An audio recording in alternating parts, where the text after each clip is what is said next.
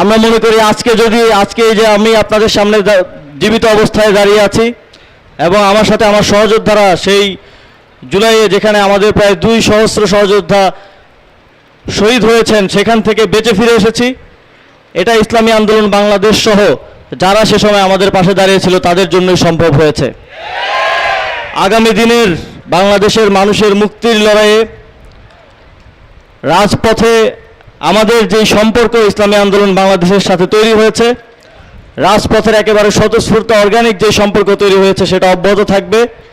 এখন গণপ্রজাতন্ত্রী বাংলাদেশ সরকারের সাবেক উপদেষ্টা, যিনি একাধারে স্থানীয় সরকার, পল্লী উন্নয়ন, সমবায় মন্ত্রণালয়, যুব ক্রীড়া মন্ত্রণালয়ের দায়িত্ব পালন করেছেন, জনাব আসিফ মাহমুদ, তিনি আপনাদের সামনে সংক্ষিপ্ত সালাম বিনিময় করবেন।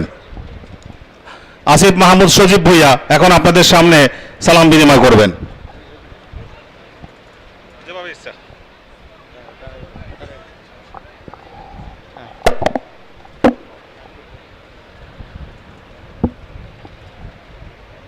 বিসমিল্লাহির রহমানির রহিম। আসসালামু আলাইকুম ওয়া রাহমাতুল্লাহি ওয়া বারাকাতুহু।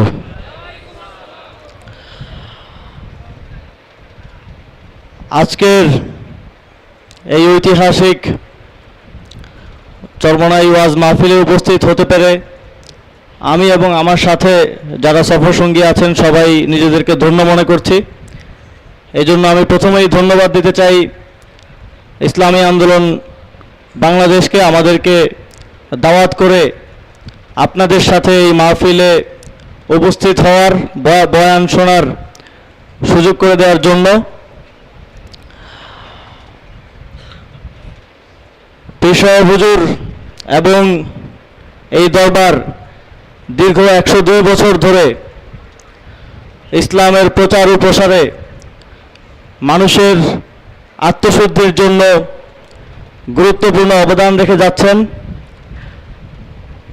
এই মাহফিলের কথা আমি ছোটবেলা থেকে শুনি, কিন্তু আজকে প্রথমবার আল্লাহ তাআলা আসার তৌফিক দিয়েছেন এবং আমি এসে দেখলাম যে আপনারা দেশের বিভিন্ন প্রান্ত থেকে, দূর দূরান্ত থেকে এই তীব্র গরমের মধ্যে কষ্ট করে এসেছেন ইসলামের প্রতি ভালোবাসার জন্য এবং এই গুরুত্বপূর্ণ মাহফিল থেকে আত্মশুদ্ধি অর্জনের জন্য, এবং সবাই কষ্ট করে স্বতঃস্ফূর্তভাবে আমি দেখছিলাম যাওয়ার সময় যে আপনারা নিজেরাই রান্নাবান্না করছেন, খাওয়া দাওয়া করছেন, ইসলামের খেদমতের জন্য এই গরমের মধ্যে কষ্ট করে একসাথে হয়েছেন। এটাই আমাদের ইসলামের সৌন্দর্য।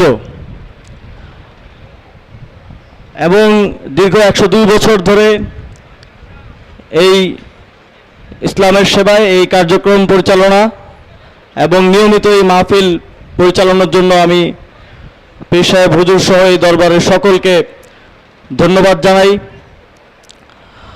এবং আমি অনেক সময় শুনেছি যে এই মাহফিলে যারা আসেন তারা আসেন একরকম মানুষ হয়ে, ফিরে যান ভিন্ন এক মানুষ হয়ে। আমরা এত সুন্দর এই আয়োজন সামনের দিনগুলোতেও অব্যাহত থাকার জন্য দোয়া করি এবং সামনের দিনগুলোতেও এই মাহফিলে আমি নিজে উপস্থিত হওয়ার যেন আল্লাহ পাক আমাকে এবং আপনাদের সকলকে তৌফিক দান করেন। শুধুমাত্র ইসলামের, শান্তির ধর্ম ইসলামের প্রচার ও প্রসার নয়, পীর সাহেব হুজুর এবং ইসলামী আন্দোলন বাংলাদেশ এই দেশের মানুষের জন্য রাজনীতিতে অত্যন্ত গুরুত্বপূর্ণ অবদান রেখে যাচ্ছেন। এই দেশের মানুষের মুক্তি এবং শান্তির জন্য পীর সাহেব হুজুর নিজে রক্ত ঝরিয়েছেন, আমরা দেখেছি। জুলাই গণঅভ্যুত্থানে যখন লাখ কোটি মানুষ আমরা রাজপথে ছিলাম, ছাত্ররা রাজপথে ছিল, প্রথম রাজনৈতিক দল হিসেবে ব্যানার নিয়ে ইসলামী আন্দোলন বাংলাদেশ আমাদের পাশে দাঁড়িয়েছিল।